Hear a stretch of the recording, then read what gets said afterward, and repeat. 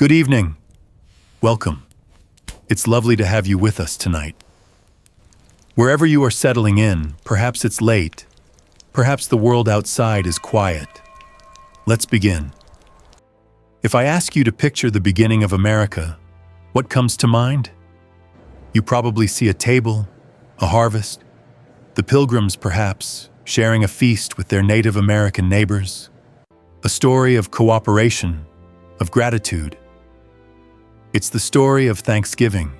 It's the story America chooses to tell about itself.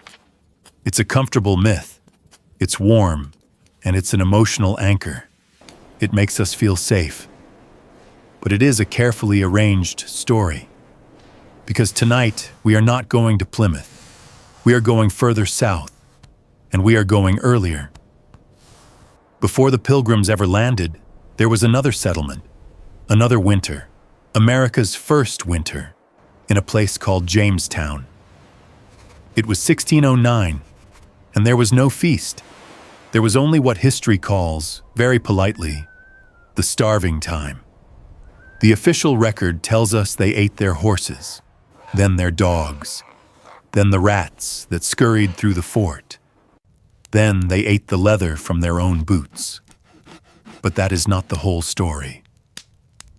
Tonight, we are going to talk about the final meal, the one the history books were forbidden to mention for 400 years, the one that was covered up the moment it happened. Because the real, terrifying secret of Jamestown isn't that they ran out of food. It's what they did when they did. It's not just what they ate, it's how they got it. And it is about the 400-year-old secret, found buried in a dark cellar. To understand how they could do the unthinkable, we first have to understand the delusion that brought them there in the first place. To truly understand that winter, we have to go back. Not to the fort in Virginia, but to a smoke-filled room in London. Picture a winter evening. The men of the Virginia Company, huddled around a heavy oak table, maps spread out under flickering candlelight. These were not explorers. They were not idealists. They were investors. They had watched Spain become impossibly, fabulously wealthy from the New World, fleets returning heavy with silver and gold plundered from the Aztec and Inca empires. They had heard the stories, the whispers, of a northern continent still untouched, a land they believed God had reserved for England. For them, Jamestown was not a new home for yearning souls. It was a startup, a venture capital play. And when you invest, you expect a return. Quickly, their ignorance of the land was staggering. They believed, just as in the South, that gold might simply be lying on the ground, or easily traded from the simple natives. They assumed that Virginia, sitting on the same latitude as the Mediterranean, must surely share its mild climate. They knew nothing of the suffocating humidity of its summers, or the brutal, knife-edge cold of its Atlantic winters. And so, when they compiled the list of passengers for those 3 small ships, that list sealed their fate. It reads today like an indictment of arrogance. Of the first 104 men and boys, there was a long, long list of gentlemen. Today, that word means a polite man. But in 17th century England, gentleman was a social and legal definition. A gentleman, by definition, was a man who did not work with his hands. Manual labor was beneath him. It was for a lower class of being. His hands were soft. He was there to manage wealth, not to create it. Imagine these men, the younger sons of aristocrats, men with no inheritance back in England, hoping to find a quick fortune. They packed their finest lace collars. They packed their personal rapiers. They brought their servants. And then, we look at the rest of the list. Who else did the Virginia Company, in its wisdom, send? A jeweler, a goldsmith, a perfumer, even an alchemist, a man whose entire life's work was attempting to turn base metals into gold. Do you see the pattern? They sent a team equipped to process a treasure chest, but almost no one capable of surviving long enough to find it. Among those first 104 colonists, there were only 4 carpenters, a handful of laborers, 1 blacksmith, 1 surgeon, but 40 gentlemen. So, in the spring of 1607, these ships arrived. Imagine their relief.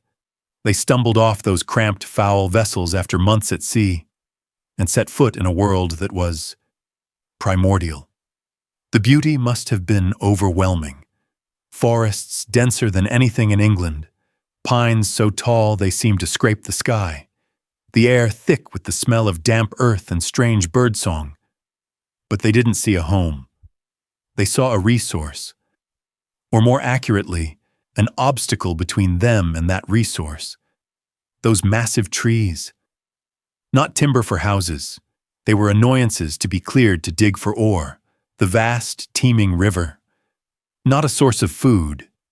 It was a highway to carry their gold back to the ships. And the native people, the Powhatan Confederacy, they were not teachers who could show them how to survive. They were either tools or gatekeepers. People to be placated with cheap copper beads in exchange for corn, or if necessary, moved by force. They arrived not with humility, but with assumption. They built their triangular fort not as a shelter, but as a claim. A corporate headquarters in the wilderness. This was the first and most fatal error. It was a psychological one. They brought the rigid, useless class structure of London to a land that demanded adaptation or death. A gentleman would rather starve than be seen tilling a field for corn. It was an insult to his very identity. And so those first precious months, the warm months when they should have been planting, when they should have been fishing and salting their catch, when they should have been building permanent, warm homes, they did almost nothing. They wasted it. And they wasted that time. Because they found something. It happened near the river. A man, perhaps one of the few laborers, washing his hands in the shallows of the James. He saw a glint in the mud. He pulled it out. A small, dark rock, but shot through with glittering golden veins. You have to imagine what that single glittering rock represented. It was not just a mineral. It was proof. It was the validation for the entire insane enterprise. It was the "I told you so" to everyone back in London who had doubted them. It was the end of their struggle. Within hours, the fort was electric. The news spread like a sickness. Gold. It was here. It was real. The word fever is the only one that truly fits. A collective madness, a hysteria seized the 104 men.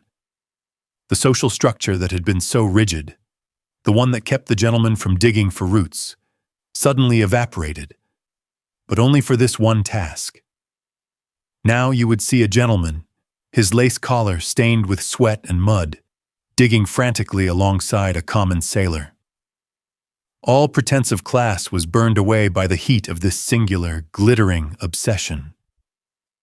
The sounds of the settlement changed.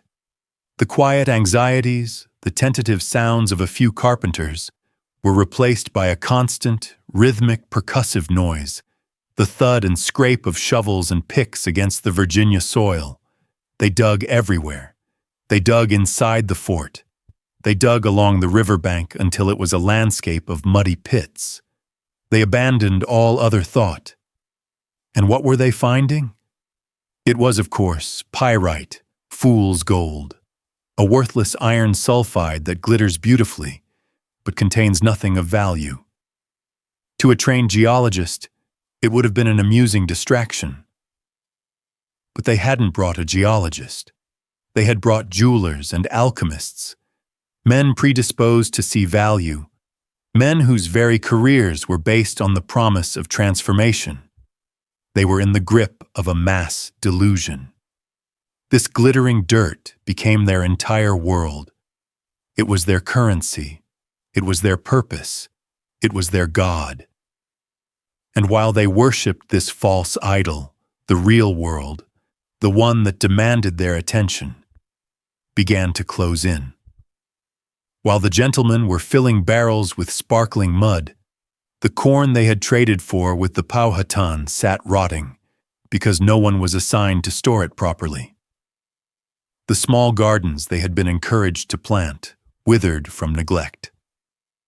The fishing nets, which could have pulled thousands of pounds of fish from the teeming river, lay tangled and broken on the shore, because repairing them was no one's priority. The fort itself, their only protection, was a joke. The triangular wall was made of palisades that were barely sharpened, set shallow in the ground. A strong wind could have threatened it, let alone a determined enemy. But why build walls when you are about to be richer than a king? Why plant corn when you can simply buy it? Why repair nets when you will soon be sailing home? The leadership, the men who should have known better, were the worst of all. The colony's president, Edward Maria Wingfield, saw this gold as his political lifeline. He needed to send a ship back to London. He needed to show the investors that their money was working. And so he encouraged the fever. He directed the labor. When that first ship, the Susan Constant, finally sailed back to England, what was its precious cargo? Not valuable timber, which the land had in abundance. Not detailed maps of the rivers. Not cured meats or fish. It was loaded, to the point of being dangerously heavy, with barrels and barrels of sparkling, useless, heavy dirt. This fever was more than just greed. It was a psychological shield. It was a frantic, collective activity that allowed them to ignore the terrifying reality of their situation. As long as they were digging, they didn't have to look at the dwindling food supplies. As long as they were searching for gold, they didn't have to admit that they were 104 men, utterly alone, on the edge of a vast, unknown, and deeply misunderstood continent. They were digging their own graves and calling it prospecting. There was, however, one man in the fort who was not a gentleman, a man whose hands were rough, a man who was not a dreamer, but a soldier. And he was not digging. He was watching, and he was waiting.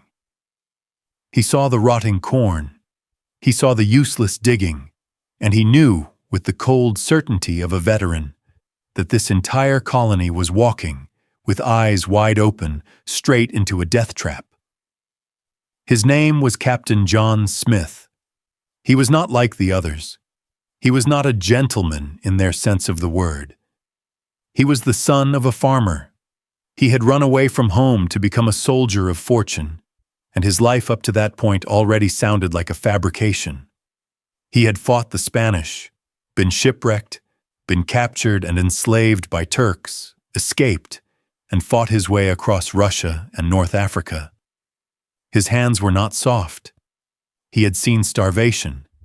He had seen desperation, and he had absolutely no patience for delusion. While the rest of the colony was panning for glittering mud, Smith was doing something else. He was mapping the rivers. He was learning the local Algonquin dialect. He was measuring the tides. He was, in short, treating the wilderness not as a treasure chest, but as a complex and dangerous adversary that needed to be understood. He watched the gold fever with a mixture of contempt and terror. He wrote in his journals that the leaders were useless, that the men were lazy, and that the entire enterprise was being run by senseless ambitions. He knew that winter was coming. He knew that the glittering rock they were piling up was worthless. He knew that you could not eat gold. As the summer wore on and the food stores dwindled, the situation grew dire. The first deaths weren't from starvation, but from disease. The foul, brackish water of the swamp, combined with malnutrition, brought on dysentery and typhoid. Men began to weaken, to die in their humid, miserable huts. The gold fever was the only thing keeping the survivors moving. Finally, with the colony on the brink of collapse, the leadership structure imploded. The useless President Wingfield was deposed, and in the power vacuum, the one man who actually knew how to do anything was put in charge. John Smith. And the very first thing he did was declare war. Not on the Powhatan, but on the gentlemen. He gathered the starving, feverish survivors and laid down a new law. It was simple, it was brutal, and it was, for them, the end of their world. He announced, "He that will not work shall not eat." You have to understand what a profound shock this was. It was not just a new rule, it was a revolution. Smith had just taken 400 years of English class structure and thrown it into the James River. A gentleman was suddenly, terrifyingly, equal to a common laborer. His soft hands, his fine clothes, his family name meant nothing. If he wanted his daily ration of worm-eaten barley, he would have to pick up an axe. The gentlemen were furious. They hated him for it. They saw it as a profound betrayal of their status, but they were also starving. And so they worked. Under Smith's iron-fisted, pragmatic rule, the colony was transformed. The frantic, useless digging for gold was forbidden. That energy was redirected. He forced them to fell trees, proper trees. They built a real palisade, a strong one. They built a storehouse. They dug a well for fresh water. He organized them into work gangs. He trained them to fight, to use their muskets not for posturing, but as a unit. And most importantly, he went out. He left the fort. He took the few men he trusted and sailed up the rivers to trade with the Powhatan. When they were kind, he was respectful. When they were hostile, he was ruthless. He used diplomacy, threats, and sometimes the strategic kidnapping of a minor chief to get what the colony needed. He returned not with pyrite, but with something infinitely more valuable, canoes full of corn. He single-handedly dragged them, kicking and screaming, away from their golden fantasy and into the harsh reality of survival. He was, as one historian noted, the first truly American character, a man defined not by his blood, but by his absolute stubborn competence. But the gentlemen never forgave him for it. They chafed under his low-born authority. They plotted against him. They saw his power as an insult.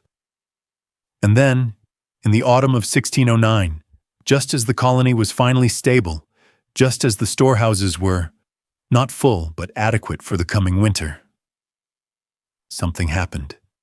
History calls it an accident. Smith was on a boat, returning from a trading mission upriver. He was asleep.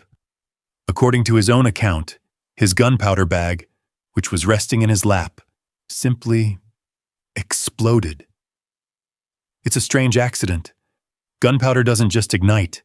It needs a spark, a stray ember from a pipe, a fuse, or something else. We will never know.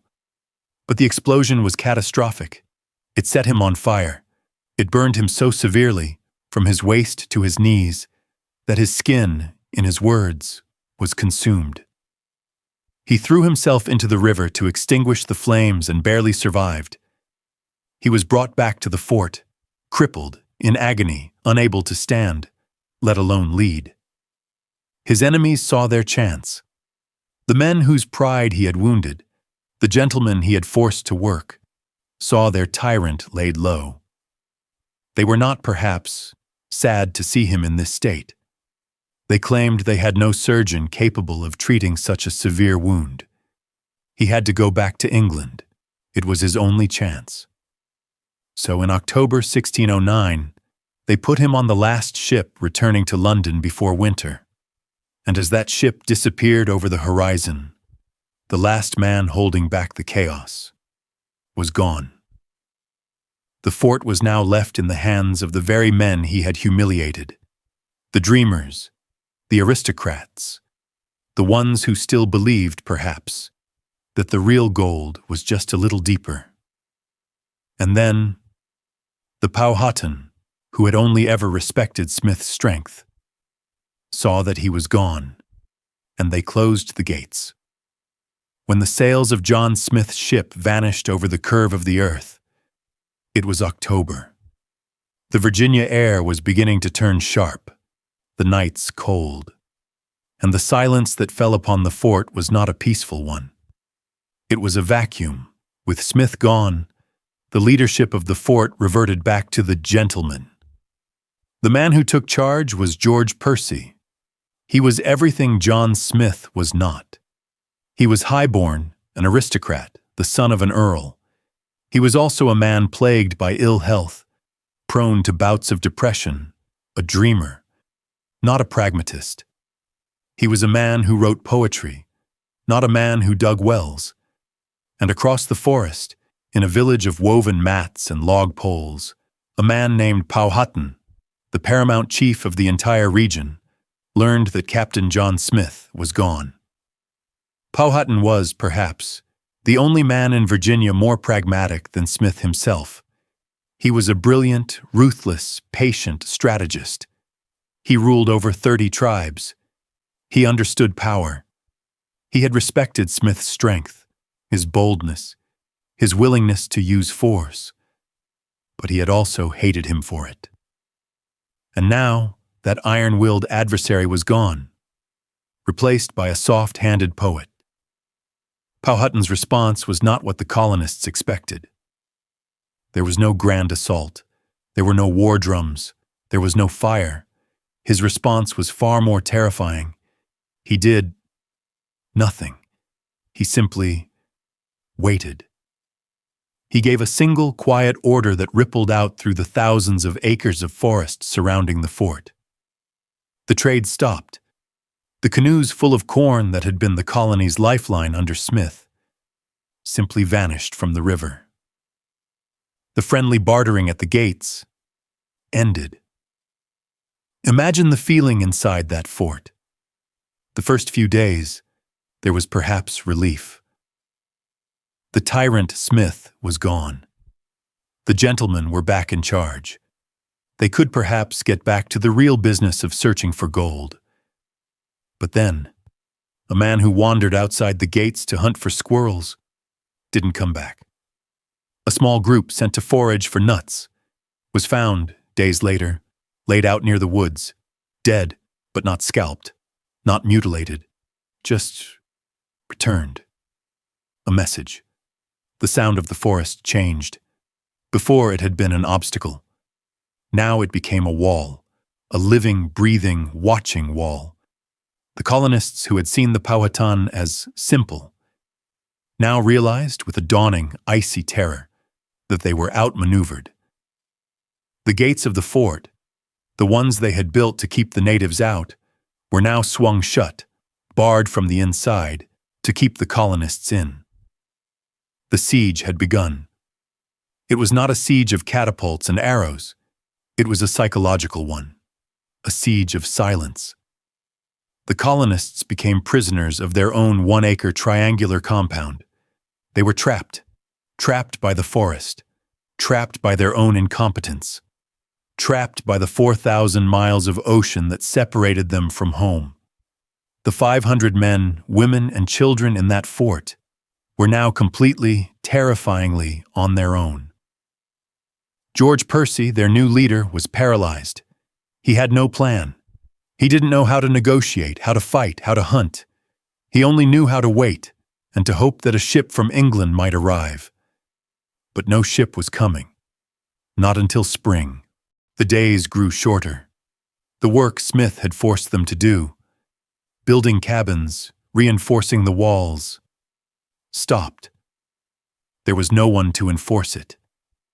The men fell back into their old habits, bickering, plotting, forming factions, and most of all, staring at the silent, endless wall of trees. The wind now seemed to carry a new sound. It wasn't just the rustling of leaves. It was the sound of watching, and the mood inside the fort began to curdle. It turned from confusion to frustration to a low, gnawing dread. They still had food. For now. John Smith's pragmatism had left them with a storehouse. It was, they thought, enough. They began to ration it. But the rations were based on a fantasy. The fantasy that this was a temporary problem, that the natives would get bored, that the misunderstanding would clear up. It would not. And then, in early November, the first real frost of the season arrived. It came in the night, silently. The colonists woke up to a world that was suddenly white, the mud frozen solid, their breath pluming in the air inside their own crude huts. The cold was a physical blow. It was a new enemy, and it was an enemy that was inside the walls with them. It settled over the fort like a shroud, and it found every crack in their poorly built defenses. They were trapped, the gates were barred, the forest was hostile, the ships were not coming, and the cold, the real winter, had just begun. The cold was the first true enemy. It was not a grand, dramatic foe, but a thief that crept in through 1,000 tiny cracks. The cabins John Smith had forced them to build were adequate, but they were built by resentful, unskilled hands. They were crude boxes of green wood, hastily chinked with mud. Now that mud was frozen solid and cracking. The green wood warped, opening up gaps. And the wind, the Virginia wind, coming off the Atlantic, found every single one. Imagine lying on a crude straw pallet inside one of these huts. It is perhaps 4 a.m. It is so dark you cannot see your own hand. And you are not asleep. You are shivering. You have been shivering for hours. The cold does not just sit on your skin. It feels like it's inside your bones. A deep, internal ache. The small, smoky fire you managed to build has died to embers. And you are faced with a terrible choice. Stay huddled under the one thin, damp blanket, or brave the frozen floor to feed the fire with the few precious sticks you have left. This was the new reality for 500 people. A constant, miserable, energy-sapping cold. And in this cold, the human body burns fuel at a terrifying rate. The small rations of barley and corn that George Percy doled out from the central storehouse. It was just enough to create a rumor of warmth, but not enough to sustain life. The storehouse, the one John Smith had filled, was now the absolute center of their universe. It was their ark. George Percy, their poet leader, was now the gatekeeper of their survival. Twice a day, the colonists would line up in the biting wind, wooden bowls in hand, breath pluming, as he and his lieutenants, the other gentlemen, measured out the portions. It was, we are told, an equal distribution. But it is hard to believe. Human nature does not dissolve so easily. It is easy to imagine that the bowls of Percy's friends were slightly fuller, that the gentlemen who had plotted against Smith were now quietly hoarding, convincing themselves that their survival was more important, that they were the leaders. And as November bled into December, that daily ration got smaller. The sound of the bottom of the grain barrel being scraped became the new heartbeat of the fort. Soon, the grain ration alone was not enough. It was starvation, served on a schedule. And so, the leaders had to make the first terrible, civilized decision. They had to eat their future. They had brought livestock, a few pigs, some chickens, and 7 horses. These were not pets. They were not, in the English mind, food. These animals were their capital. They were their investment. The chickens were their source of protein. The pigs were their hope for a sustainable farm. And the horses, The horses were their engines, their transportation, their status. To eat a horse was to admit, finally, that you were not going home rich. You were not even going home. You were just here. We don't know which animal went first. It was likely the chickens, a small, sad, quiet affair. The familiar clucking in the compound simply stopped. One day there were birds, the next day, just feathers blowing in the frozen mud. Then, the pigs. This was harder. A pig is a valuable thing. It is a source of meat that can last a man all winter if he has other food. For them, it was a few days of relief. A brief, tantalizing memory of what real food tasted like, a fleeting warmth in the gut, followed by an even deeper, more profound emptiness. And now, the only non-human sounds in the fort were the 7 horses. Huddled in their crude stables, their ribs beginning to show, their breath fogging the air. They were the last symbol of the English world. The sound of a hoof stamping on the hard ground, the occasional familiar whinny. It was a sound of civilization, a sound of home. We don't know who gave the order. We don't know who struck the blow. But one by one they were let out, and the sounds of the fort died. This is the part of the story that is often rushed past, but we must stay here. We must understand what this silence meant. Imagine the absolute deafening stillness of that compound in the heart of December. 500 people, trapped inside a triangle of logs, and the only sounds are human sounds. The hacking coughs of pneumonia setting in, the low, miserable sobbing from a hut where a child has grown too weak to cry, the scrape of a frozen boot on the ground, and the constant, unending, invasive howl of the wind, a sound that now had no competition. The silence of the animals was the sound of their buffer disappearing. It was the sound of them being severed from the world they knew. They were no longer Englishmen temporarily inconvenienced. They were no longer colonists. They were just meat, trapped in a box, and they were the only meat left. The storehouse was now a hollow, echoing chamber. The grain was gone. The stables were empty. The coops were bare. The civilized portion of the starvation was over. They had eaten every last tie to their old world. Now their eyes, haunted and hollow, began to turn to the new world, to the things that scurried, the things that lived in the shadows, the things that, only a few months before, they would have looked at with disgust. The starvation was about to enter a new, far more desperate phase. The silence left by the last horse was a heavy thing. It was not empty. It was full of listening. In the absolute frozen stillness of a December night, inside a lightless hut, a new sound would emerge. A faint scratching, a skittering somewhere in the darkness, behind the thin wattle and daub walls. A few months ago, that sound was a nuisance, a sign of filth.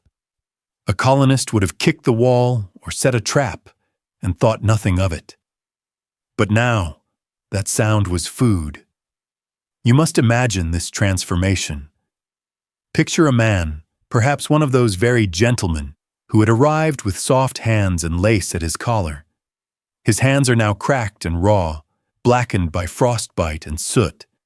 He is not sleeping. He is crouched on the frozen mud floor, his breath held, his body utterly still for perhaps an hour. He is holding a heavy rock, and he is listening. He is waiting for that faint knocking, that little scratching sound, to come again. When it does, he strikes. And if he is fast, if his starved body does not betray him, he pulls a rat from the wall, and it is a treasure. It is a victory. This was the next stage. The fort, that tiny 1-acre prison, became a new kind of hunting ground. The 500 colonists, now perhaps 400, perhaps 300, the records are a blur of misery, became the apex predators of a world that was only 1 acre wide. They ate the colony's dogs. The last few loyal animals, pets perhaps, were hunted down. Their barks, like the whinny of the horses, simply stopped. They ate the cats, the very animals brought over to control the pests. And when the cats were gone, they ate the pests. They ate the rats. They ate the mice. They pried up the frozen floorboards of their own cabins to dig with their bare, bleeding fingers in the icy earth underneath, searching for hibernating snakes, for lizards, for worms, for anything that moved. This is the part of the story we must be clear about. We must understand what this level of starvation is. It is not the polite hunger of missing a meal. It is not a diet. It is a biological unraveling. It is a constant, agonizing, cramping pain deep in the stomach, a pain that never, ever leaves you, asleep or awake. It is a profound weakness in the knees that makes the simple act of standing a conscious, draining effort. It is a dizziness that makes the world tilt and swim before your eyes. It is a cold that settles into your marrow, a cold that no fire can touch, because your own internal furnace, the one fueled by food, has gone out. And it is the smell. The faint, sweet, sickly smell, the odor of ketosis as your own body, in a last, desperate act of self-preservation, begins to consume itself. Your body eats your fat, and when the fat is gone, it eats your muscle. You are, quite literally, devouring yourself from the inside out. This is the state of mind, if you can even call it a mind, that drives a person to hunt a mouse. This is the desperation that makes the nauseating taste of a boiled leather boot seem like a feast. They were skeletons, wrapped in rags, haunted by the memory of food. And here was the terrible, final, mathematical truth. It wasn't enough. A fort of 300 starving people cannot survive on a handful of rats and snakes. It was a temporary reprieve, a few calories to fuel the agony of the next day, but it was not survival. The population continued to plummet. They were dying of disease, of the cold, but mostly now, of pure, simple starvation. The living, skeletal figures would watch, too weak to help, as another body was dragged from a hut, frozen stiff, and tossed into a shallow grave inside the fort's walls. The scraping of the shovels in the frozen ground, digging those graves, became the new, steady rhythm of the fort. They had eaten the horses. They had eaten the dogs. They had eaten the rats. They had boiled their boots. The fort was, by all accounts, picked clean. There was nothing left to hunt. Except, of course, each other. The physical hunger was devastating, but it was the other hunger, the hunger for order, the collapse of human reason itself. That was the real killer. The collapse of reason does not happen all at once. It is not a sudden snap. It is a slow, cold, quiet erosion. It is the wearing away of all the rules, all the beliefs, all the social contracts you thought defined you, until only the bedrock, the animal, is left. History, the official record, does acknowledge that this line was crossed, but it does so in a very specific, very controlled way. It gives us one story, one neat, horrifying anecdote to contain all the terror. The records, written by the survivors like George Percy, tell of a single man. His name is lost. He had a wife, and as the starvation reached its peak, his wife died. We are not told how. Disease? Starvation itself? We will never know. What we are told is what he did next. In the crushing, silent cold of his hut, surrounded by the smell of death and his own profound hunger, he looked upon her body, and he did not see a partner. He did not see a memory. He saw a solution. He did not, the records are clear, simply fall upon her in a fit of mad, grief-stricken hunger. What he did was far more chilling. He was methodical. He treated her as a butcher would treat a deer. He dismembered the body, and then, using the last of their precious salt, a resource almost as valuable as life itself, he cured the flesh. He salted it. He packed it away for later. He was, in his own way, being a pragmatist. He was preserving his food. He was discovered. We are not told how. Perhaps it was the smell. Perhaps it was the unsettling lack of grief. Perhaps a neighbor, suspicious, forced his way in. Imagine that discovery. The small dark hut. The cold. And the evidence. The reaction from the leadership, from George Percy and the other gentlemen, was not one of sadness. It was one of pure, unadulterated terror. And it was immediate. They labeled him instantly as mad, a deranged individual who, in his grief, had committed an act of inhuman lunacy. This was crucial. He had to be mad. He could not be rational. Because if he was not mad, if this was a rational choice, a logical, albeit horrifying solution to the problem of starvation, then what did that say about all of them? What did that say about the thin, frozen line separating the civilized from the savage? Was he truly mad? Or was he simply the first one to listen to the terrible, pragmatic whisper that was now in everyone's mind? Was his crime the act itself? Or was his crime getting caught? The leadership couldn't risk the idea spreading. They couldn't risk the other skeletal survivors looking at this man's solution and seeing logic. The punishment had to be as extreme as the crime.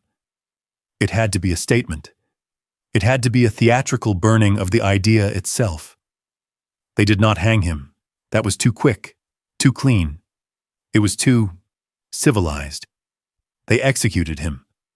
The records are blunt. He was executed, Percy wrote. Other accounts suggest he was burned alive. We must picture this. The remaining survivors of Jamestown, 100, perhaps 150 skeletons wrapped in rags, huddled in the frozen courtyard of the fort. They are forced to watch. They are weak, dizzy, their bodies eating themselves. And in the center, a pyre is built. A man, himself a skeleton, is tied to a post, and he is set on fire. What was that spectacle for? It was not justice. Justice is a luxury for a world with food. No, this was a ritual. This was a desperate, terrified act of social control. Percy and the gentlemen were screaming a message at their starving charges.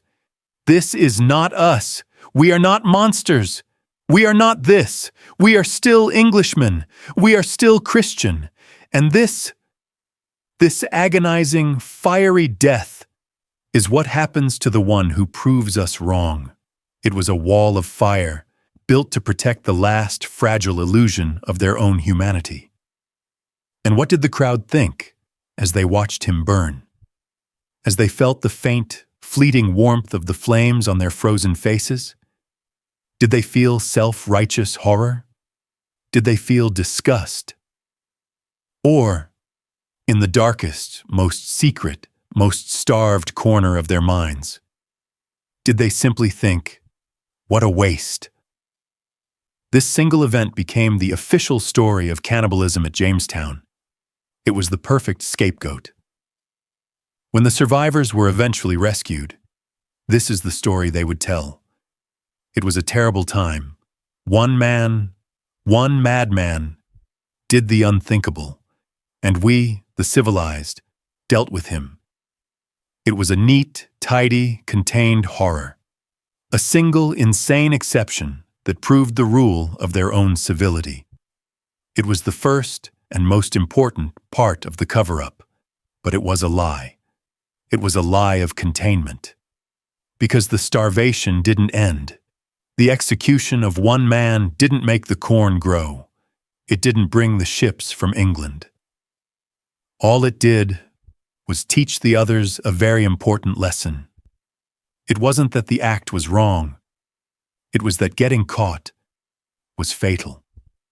The execution solved nothing. The fire of that pyre died down, and the cold that returned was even deeper, even more absolute. The survivors, perhaps 150 of them now, huddled back in their huts, but something was fundamentally broken. The execution of that one man hadn't restored order. It had merely imposed a new rule. Thou shalt not be caught. And so the horror went private. The fort, that tiny 1-acre prison, entered its final, darkest phase. It was no longer a community. It was a collection of 150 individuals, each one engaged in a silent, desperate, mathematical calculation. Let us imagine it. You are one of them. You are inside your hut. The hunger is no longer a pain. It is your entire reality. It is a cold, hollow void that has consumed your thoughts, your memories, your very soul. You are aware of only two things: your own weakness and the presence of others. The others. Before, they were your neighbors, your friends, fellow colonists. Now, they are competition. You start to listen. You listen to the sounds of the fort. That persistent, hacking cough from the cabin next door. It sounds weaker today. The man inside, the one who is a blacksmith, hasn't come out for his water ration in 2 days. You start to watch. Your gaze, once human, is now the gaze of a predator. You are no longer looking at faces. You are looking at bodies. You are assessing. You are calculating. How much flesh is left on those bones? How weak are they? Who is sleeping alone? Who still has the strength to fight back? And the most terrifying realization of all is that as you are watching them, they are watching you. This was the true starving time.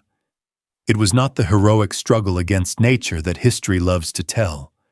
It was a quiet, cold, internal war, fought with glances, with whispers, with the calculating, hollow-eyed stare of the starving. The greatest danger in Jamestown was no longer the Powhatan outside the walls. It was the person sleeping next to you. You cannot afford to be weak. To show weakness, to stumble, to let that cough linger for too long, is to mark yourself as next. You cannot afford to sleep too soundly. You cannot afford to trust anyone. And this is where our myth layer begins. This is the part that was never, ever written down. People didn't just die of starvation anymore. That became the polite, official term for it. People simply vanished. A lone woman, venturing out to the well, might slip on the ice. A shout, a fall, and by the time anyone investigates, she is gone. A man, delirious, stumbles out of the gates into the snow-covered woods, perhaps imagining he sees a deer. He doesn't come back, and no one goes looking for him. The rule about killing was absolute. The pyre had proven that. But the rule had a loophole. The execution said nothing about scavenging. It said nothing about what happened to those who were already dead. So, it became a race. A silent, grim, horrifying race. The moment that cough from the next hut finally stopped, the moment that hut went too quiet, the race was on. Who would get there first? Who would be neighborly and check on the poor soul? And who would be the one to secure the resource that had just become available? This was the new economy of Jamestown, an economy based on the newly dead. The fort was no longer a fort. It was a charnel house where the living were simply waiting their turn to consume the dead, and the dead were the only currency left. And what of the leaders? George Percy? The gentlemen? They were starving too. But they had one advantage. They had the last few muskets. They had the keys to the storehouse, even if it was empty. They still held the illusion of authority. And in this new, silent economy, they were at the top of the food chain. They didn't have to race to the dead. The dead were brought to them. A desperate, skeletal man, having found a resource, might offer the leaders a share in exchange for what? Protection? An extra ration of nothing? No. In exchange for silence, in exchange for the authorities agreeing to look the other way. This was the real system. An organized, silent, pragmatic, and utterly inhuman system of survival, hidden behind the locked gates and the frozen walls. It was not the act of one madman. It was the policy of a failed state. It was a secret that every single survivor shared. And it was a secret they were already, in their own minds, agreeing to bury. They were already, silently, rehearsing the story they would tell the outside world if the outside world ever came. In the midst of this waking nightmare, one man was doing more than just surviving. He was authoring. George Percy, their aristocratic leader, was a literate man. He was a man of status, and he understood something that the common starving soldier did not. That history is not what happens. History is what is written down. He knew, even as he starved, even as his world dissolved into a charnel house, that if he survived, he would have to explain it. He would have to stand before the investors of the Virginia Company in London and account for the loss of, by this point, almost 90% of the colony. He would have to explain the loss of their massive investment, their ships, their men. And we fell into madness and consumed each other. Was not an acceptable answer. So as he huddled in his cabin, which we must assume was the warmest, the best defended, and perhaps the least empty, he began to craft the narrative. He was writing the official story in his own journal, even as the events unfolded. He was, in effect, writing the cover-up in real time. He needed an enemy, a vast, impersonal, blameless enemy, and he found the perfect one. He named it the starving time. It's a brilliant piece of language. It's not the time of incompetence. It's not the time of mass hysteria or the time of our failure. It is the starving time, a name that implies a natural disaster, an act of God, a biblical famine that descended upon them without warning and without cause. In his narrative, the colonists were not the arrogant, lazy, gold-obsessed men who had refused to plant. They were victims. They were martyrs, bravely enduring an unavoidable, terrible fate. The Powhatan were not the savvy, patient strategists who had simply cut off a parasitic settlement. They were cruel savages, launching unprovoked attacks, which was a lie. They were simply watching. And the hunger. He wrote about it. Oh yes, he described the eating of horses, of dogs, of rats and snakes. He had to. The suffering needed to be epic. It needed to be so extreme that any lapses in judgment would be understandable. This is where the story of the man who ate his wife was so incredibly useful. Percy needed that story. He seized upon it. By making a great, public, fiery spectacle of that one man, he achieved two goals. First, as we said, he terrified everyone else into silence. But second, he created a container. He created a madman who could hold all the colony's sins. In his future report, he could say, yes, the unthinkable happened. It was one man. He was insane. And we, the civilized, righteous, God-fearing survivors, were so appalled that we executed him on the spot. It was a perfect, neat, tidy lie. It proved their civility through their reaction to the barbarism of one. And so the real story, the quiet, methodical, systematic scavenging, the silent, paranoid hunting of the weakest, the dark, shared glances over a new corpse, the secret economy of the dead, all of it, was pushed into the shadows. It was shoved into a dark, unspoken place, and the lid was sealed. The 100 or so survivors who were still breathing, they all, in their own way, agreed to this pact of silence. They understood the narrative. When they were rescued, this would be the story, the only story. It was the starving time. It was terrible. We ate rats. One man went mad. We survived. It was a fortress of words, built to hide a truth they could not live with. George Percy and the others were writing their defense. They were burying the evidence, not in the ground, but in the pages of their own curated, self-serving journals.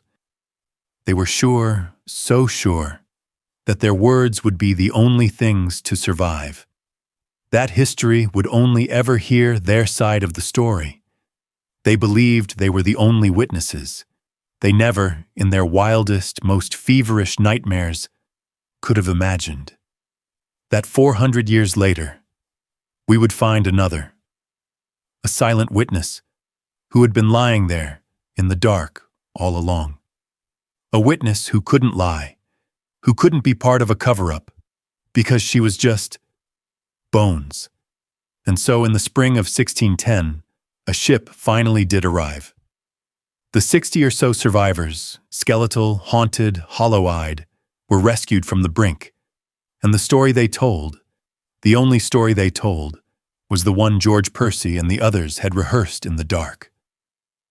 It was the story of the starving time, a story of a relentless, savage enemy, a story of a terrible, unavoidable famine, a story of eating rats and leather, and yes, the story of one madman who committed an unthinkable act and who was righteously punished for it. The cover story worked. It became the official, accepted history. The investors in London were furious about the loss of their money, but the narrative of heroic suffering against a savage new world, it was a powerful story. It was a story that a new nation could, eventually, find a strange pride in. And the secret? The real, methodical, systematic secret of those dark, cold huts? It was buried. It was buried in the minds of the survivors who would carry that trauma, that shared, unspoken guilt, to their graves. And it was buried, quite literally, in the Virginia soil. The fort itself, the scene of the crime, was eventually abandoned for a better location. The high wooden palisades that had kept the world out and the colonists in rotted. They fell. The wind blew dirt over the foundations. The crude cabins collapsed in on themselves. And the cellars, the dark, damp, cold cellars that had been witnesses to the final, desperate acts, were filled in with dirt, with trash, with the rubble of the failed experiment, and were forgotten. The world moved on. 400 years passed. Jamestown, the physical place, became a memory, a historical footnote overshadowed by the more successful story of Plymouth Rock and the Thanksgiving feast. The name Jamestown was taught, but it was a story of Pocahontas and of John Smith. The starving time was a single grim paragraph in a textbook. The rumors of cannibalism were just that, sensational, unproven rumors, dismissed by serious historians as the slander of England's enemies. For 400 years, George Percy's story held. The lie became history. The silence held. Until the 21st century. We return to that same patch of ground by the James River. It is no longer a dark, terrifying forest. It is a historic site, a calm, grassy field visited by tourists and schoolchildren, but it is also an active archaeological dig. And in 2012, a man named Dr. William Kelso was not looking for a secret. He was not looking for a crime. He was just a scientist, a man of patience, of trowels and brushes, and he was digging very carefully in a section of the old fort that had been identified as a cellar. A cellar that had, back in 1610, been used as a simple trash pit. He was, by his own account, simply looking for what they ate. The normal things. He was finding oyster shells. He was finding sturgeon bones. He was finding the bones of deer and, yes, of dogs and of cats. The history books, it seemed, were right about that. He was meticulously cataloging the grim, desperate menu of the starving time. He was digging, layer by layer, back through time, back through the mud, back through the ash, back into the silence. And then his trowel hit something else. It's important to understand how archaeology works. It is the opposite of the chaos it uncovers. It is slow. It is patient. It is the science of context. An artifact's meaning is found in its location, in the layer of dirt it's in the things found around it. Dr. Kelso and his team were working in a cellar, a hole in the ground inside the original fort, designated Structure 191. What made this spot important was that it was sealed in time. The colonists had used it as a dumping ground for refuse, and then, around 1610, had filled it in completely, probably to level the ground. It was, in effect, a 400-year-old garbage bag, untouched. This is where the science takes over. The team was sifting through this fill, this compacted layer of soil, ash, and refuse. They were finding, as expected, the remnants of a desperate time. Broken pieces of pottery, a rusted, bent musket barrel, a single, small Dutch coin, and bones, thousands of them. The vast majority were animal. This is what archaeologists call the faunal record. They were the bones of rats, snakes, and turtles, confirming the grim stories in the journals. They were finding the bones of the dogs and cats. But in this layer, this 1609-1610 layer, his team found something else. It was not a discovery in the way you see in movies. There was no golden idol. It was a fragment, a piece of bone, dark brown, stained by the iron-rich soil. An archaeologist with a trained eye picked it up, and their heart must have stopped. It was not the bone of a deer or a dog. It was a piece of a human skull, specifically a piece of a temporal bone from the side of the head.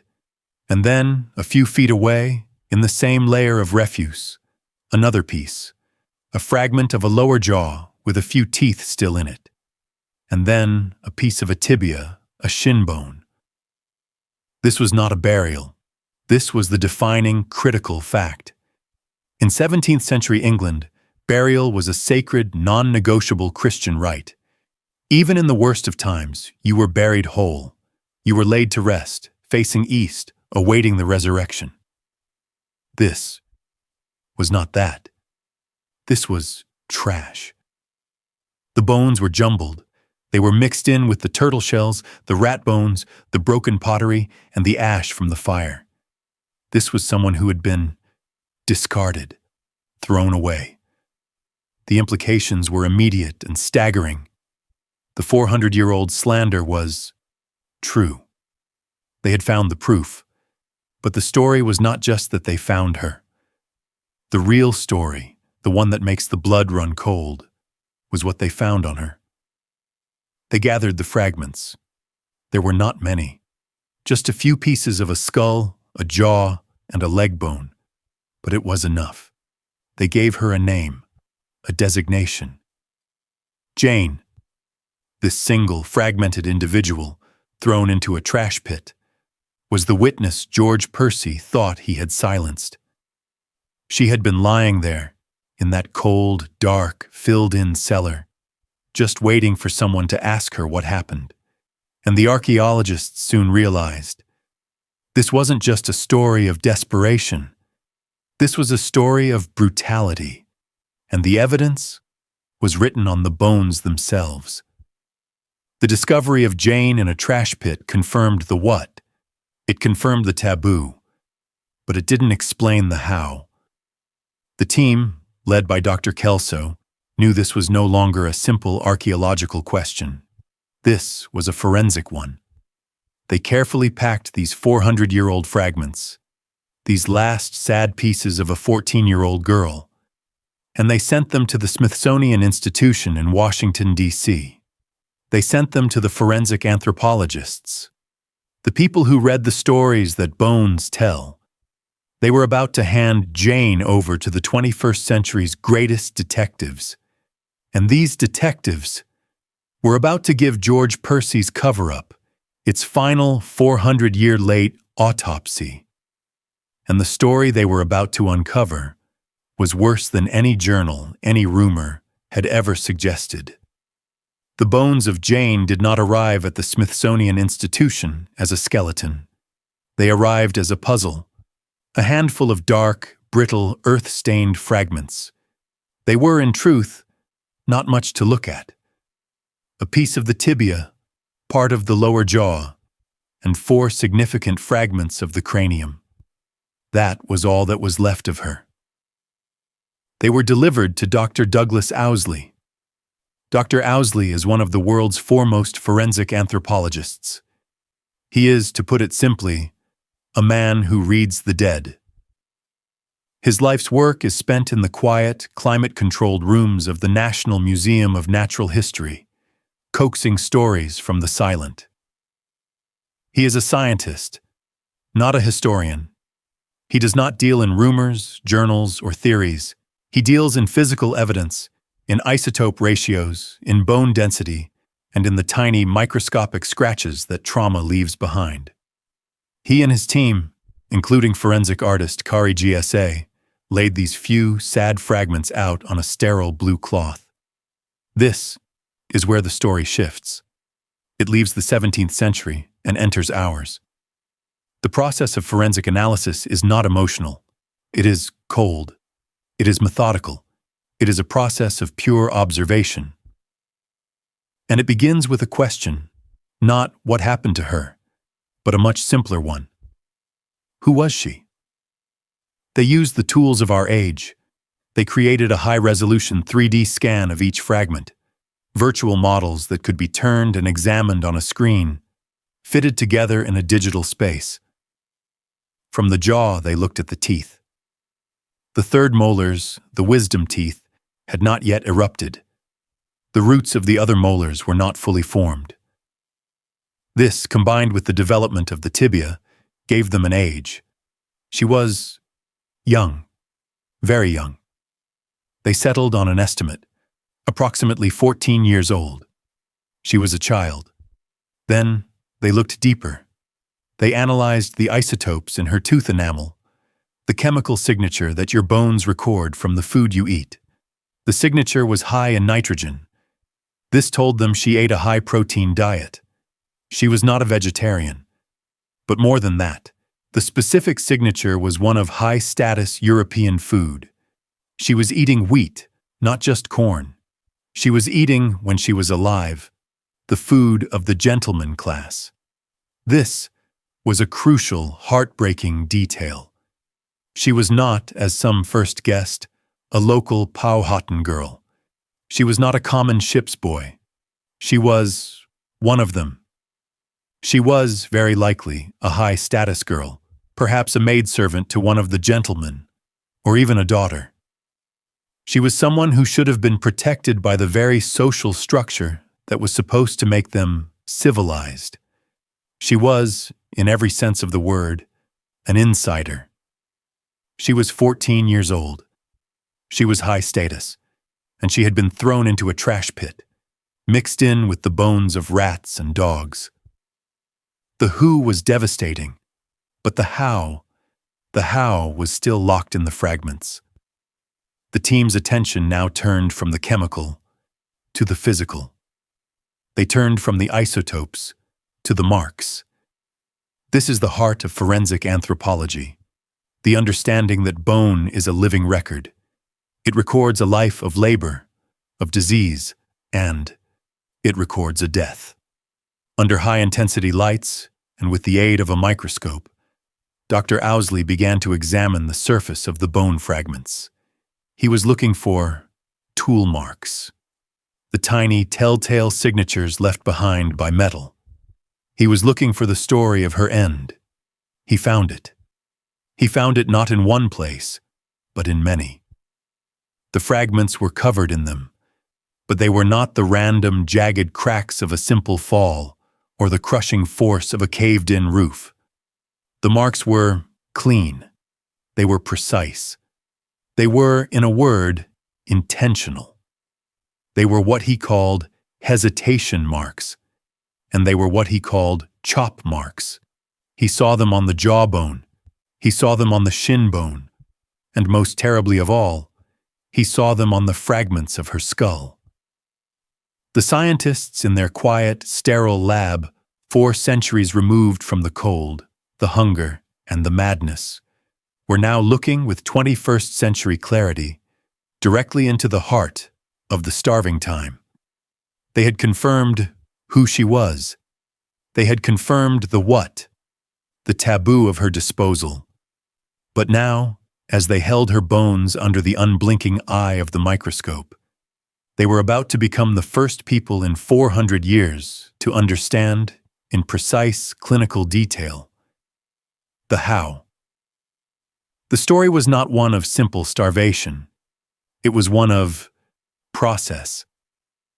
And the skull was the key. The 3D scanned, virtual model of her skull, reassembled on the computer screen, was where the team focused their full attention. The largest, most intact fragment was from the frontal bone, the forehead, and it was here that they found the first story. On the left side of the forehead, just above where the eye socket would have been, they found them. 4 small, shallow chops. They were not deep. They had not broken through the cranium. They were grouped closely together, almost parallel. They were, in Dr. Owsley's clinical terminology, tentative cuts. We must pause. We must understand precisely what that means. Tentative cuts. This was not a blow from an attacker. This was not the violence of a fight. This was not a murder. This was hesitation. This was the mark of someone in that dark, cold hut, holding a tool, perhaps a small cleaver or a hatchet, and trying to do something. Trying to get in. You can see it. 4 small, fumbling, uncertain strikes. Chop, chop, chop, chop. The person wielding the tool was in that moment uncertain. They were clumsy. They were perhaps doing this for the first time. They were trying to find a way to open the hardest part of the human body. These 4 shallow marks are perhaps the most human and the most horrifying evidence of all. They are the signature of a line being crossed, not with a roar, but with a fumbling, terrible and quiet effort. The person was trying to find a way to access the brain, and they were failing. The bone of the forehead was too thick. Their small, uncertain blows were glancing off. This was not a madman. A madman is frenzied. A madman is chaotic. The marks would be wild, deep, scattered. This was the opposite. This was work. This was a problem that someone was trying to solve. The forensic analysis, in its cold, objective language, tells a story of almost unimaginable dread. The person, or people, in that hut, having failed to open the skull from the front, stopped. They paused. They reevaluated. They needed a new approach. The tentative part of the job was over. They now understood the problem, and they were, it seems, determined to solve it. They turned the skull over. They turned the skull over, and on the back of the cranium, on the occipital bone, they found the answer. Here, there was no hesitation. There were no fumbling, shallow, tentative marks. Here, there was only a single, massive, shattering blow. The forensic analysis was blunt. The tool was heavier. It was not the small hatchet. It was, Dr. Owsley concluded, almost certainly a cleaver or a spade-like shovel, swung with full, committed vertical force. The blow landed at the base of the skull. It was struck with such power that it split the bone completely in two.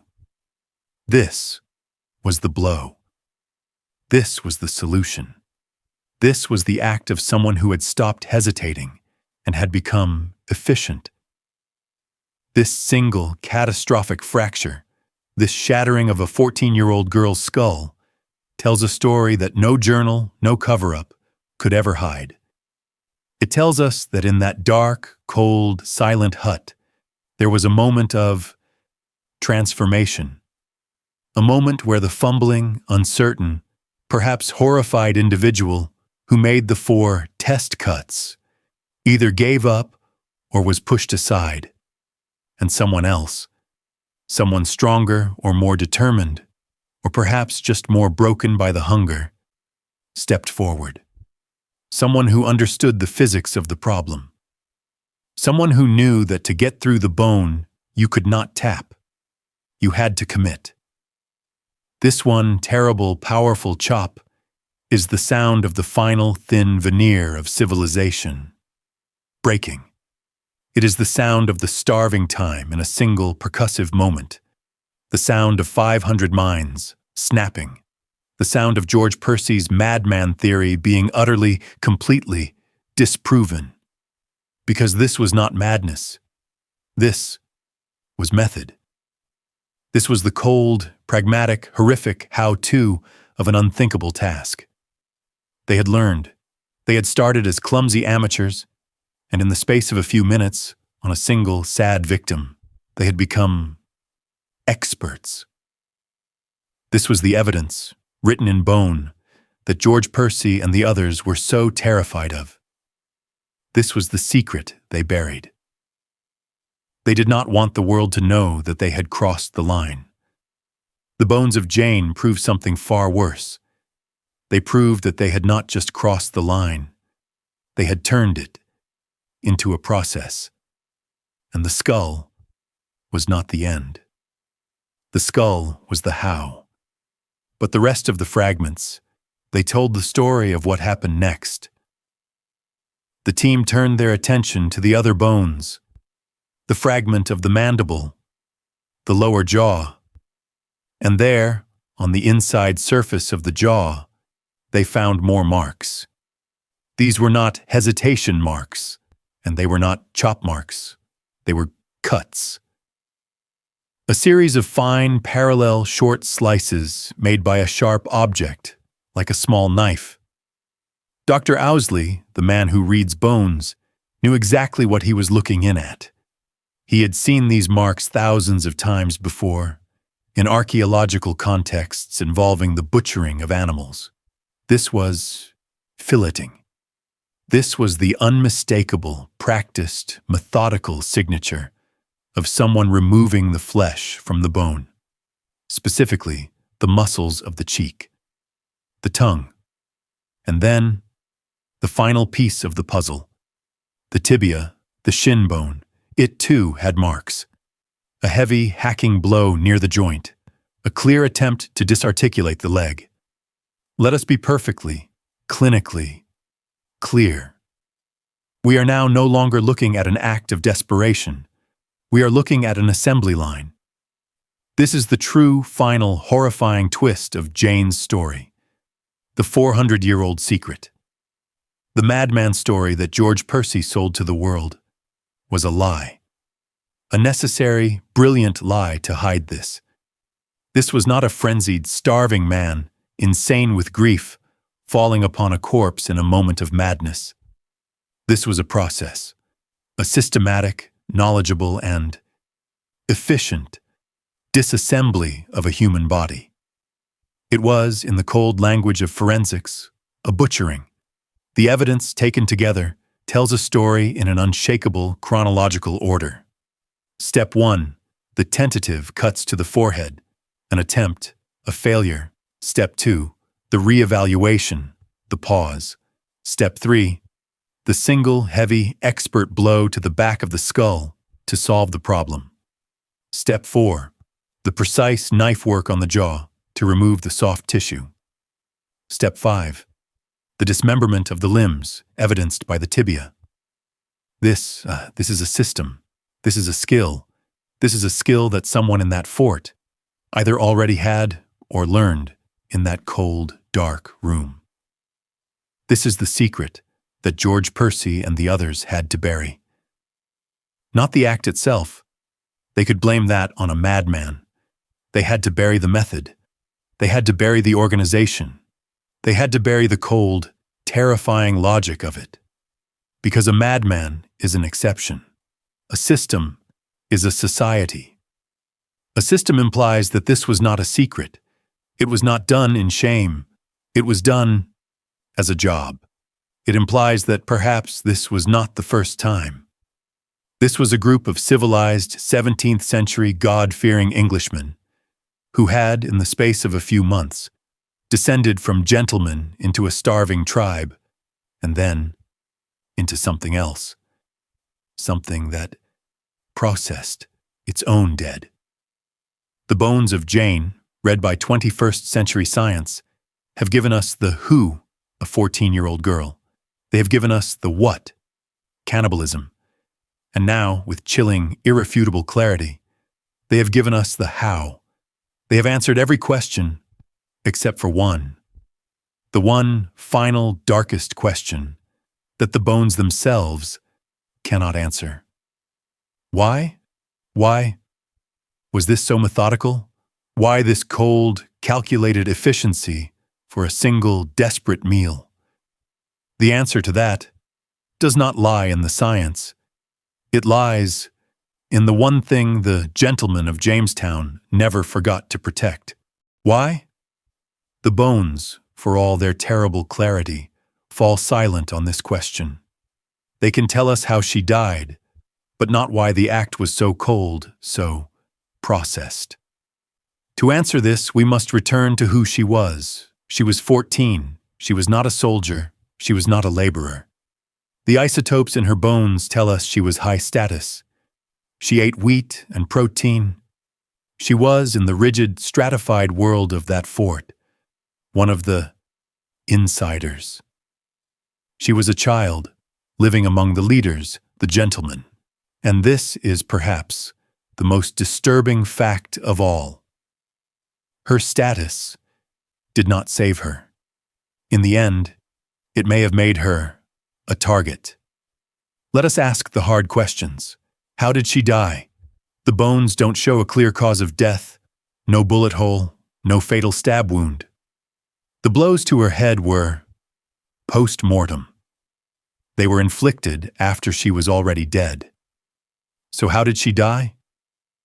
In a fort of 150 starving skeletons, the most likely answer is the simplest one. She died of starvation. She died of disease. She succumbed, just as hundreds of others had. A 14-year-old girl, already weakened, would have been one of the first to fall. So we can imagine her, in a dark hut, perhaps with a family, perhaps an orphan, a servant, taking her last shallow breath. She was dead, but in the new, terrible economy of Jamestown, her death was not a tragedy. It was an opportunity. This brings us back to the method. If you are a single, starving individual, in a mad fit of hunger, you do not fillet a jawbone. You do not practice opening a skull. You do not disarticulate a leg. Those are the actions of someone with a plan. Those are the actions of someone who is not just trying to eat, but is trying to harvest. This efficiency, this lack of madness, is the clue. It suggests something that is, in many ways, far more evil than simple, desperate cannibalism. It suggests organization. It suggests that this was not a secret act done in shame by one person. How can one starving, weak individual perform such a systematic, physically demanding butchering in a tiny, crowded fort? In secret? It feels unlikely. The method implies permission. It implies a system. And if there was a system, who was running it? Who was in charge of this new economy? The same people who were in charge of the old one, the gentlemen, the leaders, the ones who controlled the now empty storehouse, the ones who held the muskets, the ones who had already proven they would burn a man alive to maintain their version of order. This is where we must leave the hard evidence of the bones and follow the cold, dark logic of the why. Why the efficiency? Because perhaps she was not being processed for just one person. Perhaps she was being distributed. Let us follow that logic, as cold as it is.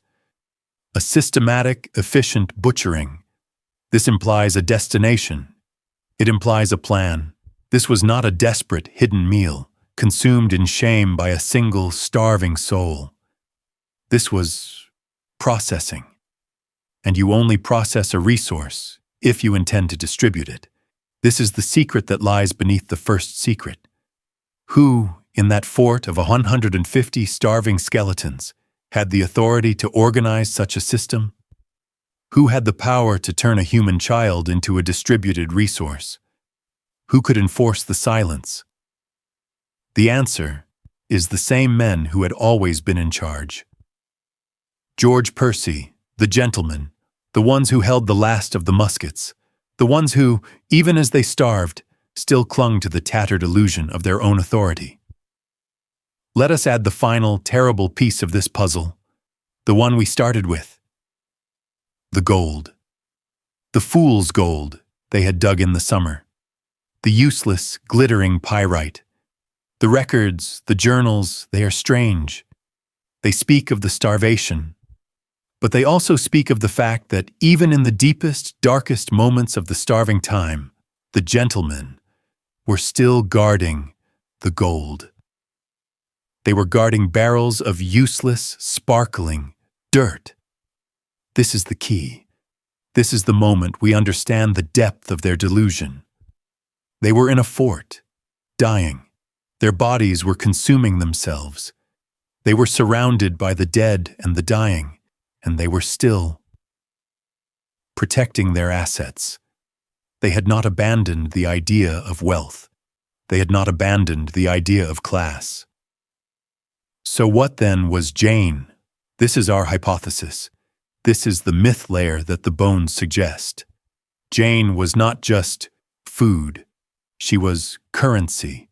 In a system where the leaders were still, in their minds, gentlemen, still guarding their worthless gold, they would have also controlled this new, terrible resource. The methodical butchering was not the act of a starving tribe. It was the act of a failed state, creating a new, brutal and controlled economy. Perhaps the weakest, the orphans, the servants like Jane, were not just allowed to die. Perhaps when they died, they became property of the leadership, to be processed efficiently by someone who knew how, and then to be distributed. To whom?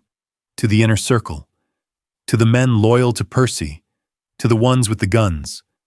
A reward, a payment for their loyalty, a way to hold the fragile, terrifying new social order together. This is the real horror. The true, unspoken secret of Jamestown. It is not that starving people did the unthinkable to survive. It is that the leaders of Jamestown turned the unthinkable into a system of power. They turned human beings into a commodity at the very same time they were guarding barrels of worthless rock.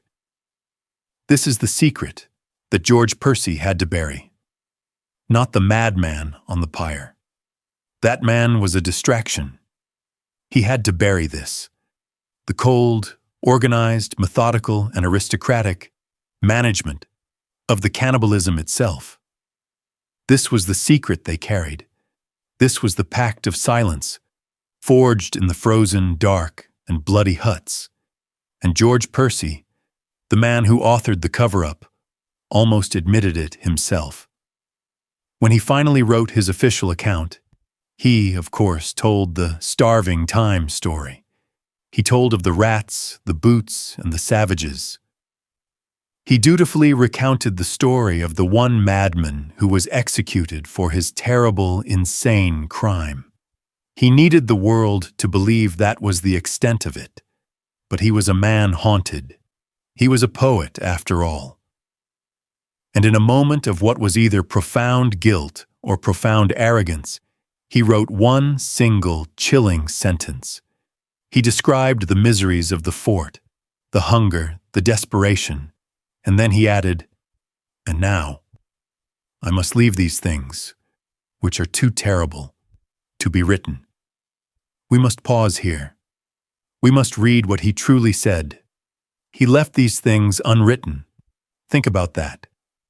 This is a man who had just described in detail eating dogs, snakes, rats, and boiling leather boots. This is a man who had publicly admitted to executing another colonist for killing and salting his own wife. He was willing to write that. He was willing to put that into the historical record. And yet, he says, there were other things. Things too terrible to be written. What, we must ask, could possibly be more terrible than that? What horror surpasses the act of a madman eating his wife, an act for which they righteously burned him alive?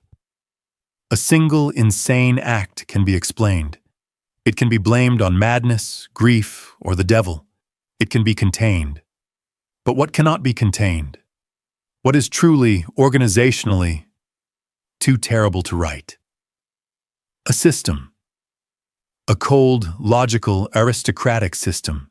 A system where the elite, the gentlemen, managed the methodical butchering of a 14-year-old, high-status girl. A system where they turned the weakest of their own into a commodity, all while still guarding their useless, glittering dirt. That is the secret. That is the thing too terrible to be written. The madman on the pyre was not the crime. He was the cover-up. Jane was the reality. And so, the 60 survivors, when they were finally rescued in the spring of 1610, were not just skeletons. They were vessels of this secret. They were walking, breathing, haunted charnel houses. They were rescued, 60 out of 500. They re-entered the civilized world. They put on clean clothes. They ate real food. And they carried that secret with them. They carried it, buried deep inside, a frozen core of silence that would never, ever thaw. A secret that would define the unspoken, hidden foundation of the entire American experiment. History is a comfortable thing. It is a story we tell ourselves in the present to explain how we got here. And we are very, very good at choosing the stories we like. We like the story of the Pilgrims. We like the story of the first Thanksgiving. It is a myth of cooperation, of shared harvest, of divine providence. It's a story of a difficult but ultimately righteous beginning. It feels warm. Jane changes that. The discovery of this 14-year-old girl in a 400-year-old trash pit does not just add a grim footnote to the Jamestown story. It demolishes it. It exhumes a truth that was deliberately buried, and it forces us to look at it right now in the 21st century. It forces us to accept that the real beginning, the first beginning, was not Plymouth. It was Jamestown. And it was not a story of cooperation. It was a story of systemic, cold, and calculated brutality. It replaces the warm myth of the shared feast with the cold, clinical reality of the filleted jawbone. Jane is the witness who refutes the entire narrative. She proves that the foundation of the American experiment is not just built on hope and hard work and a dream of freedom. It is also built on bone. It is built on a 14-year-old girl, processed like an animal by men who were still guarding their worthless, glittering gold. It proves that the first act of the New World was not one of creation. It was one of consumption. A cold, methodical consumption, not just of the land, but of each other. This is a difficult legacy. It is far more disturbing than a simple story of starving victims. It is a story of a failed state, of moral collapse, and of a cover-up so profound, so complete, that it lasted for 4 centuries. It forces us, in the present day, to look back at that founding moment and see, perhaps for the first time, what was really there. And in doing so, it forces us to look at ourselves. It is very easy, isn't it, to judge them? To sit here 400 years later, in our warm, well-lit rooms, full of food, and to feel a sense of civilized disgust. We tell ourselves we are different, we are better, we are more evolved, we would never. But the story of Jamestown is not a story about the 17th century. It is a mirror. It is a story about us. It is a parable about what human beings, any human beings, are capable of when the systems they trust collapse. That fort, that tiny 1-acre prison, is a perfect, sealed laboratory. It shows us what happens when a group of people, obsessed with a worthless, glittering commodity, gold, are suddenly faced with a true existential winter. And what did they do? They did not share. They did not reorganize. They did not abandon their gold to save each other. The leaders, the gentlemen, clung to their abstract, useless wealth. They clung to their class structure, and they turned the only available resource, the human resource, into a system of controlled, methodical terror. Now, look at our world. We have built our own vast global fort.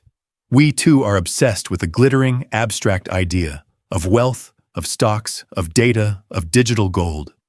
We too are facing our own winters. We see them coming, the ecological winter, the economic winter, the political winter. We feel the cold wind of instability. We sense the gates of our certainty beginning to close. And in our world, right now as we speak, what do we see? Do we see the systems of power rushing to share, to protect the weak, to abandon their gold for the sake of the whole? Or do we see them hoarding? Do we see them clinging to their abstract wealth, clinging to their power? Do we see them, even now, beginning to calculate, beginning to decide who is essential and who is expendable? The story of Jamestown is a warning. It warns us that civilization is not the houses we build, or the gold we hoard, or the titles we give ourselves. Civilization is a choice. It is a choice that is made every single day in the face of fear. And the moment we value our abstract gold more than the human beings standing next to us, the moment we do that, we are, all of us, still in that fort. We are still, all of us, standing in that cold, dark, silent cellar, the winter at Jamestown. It was never really about the weather. It was not a story about snow or the wind. It was a test. And Jane, in her dark, refuse-filled cellar, is the evidence. She is the proof that when the test came, they failed. She is the silent, 400-year-old witness to what happens when a society, in its moment of crisis, decides that its abstract, glittering, worthless gold is more sacred than its own children.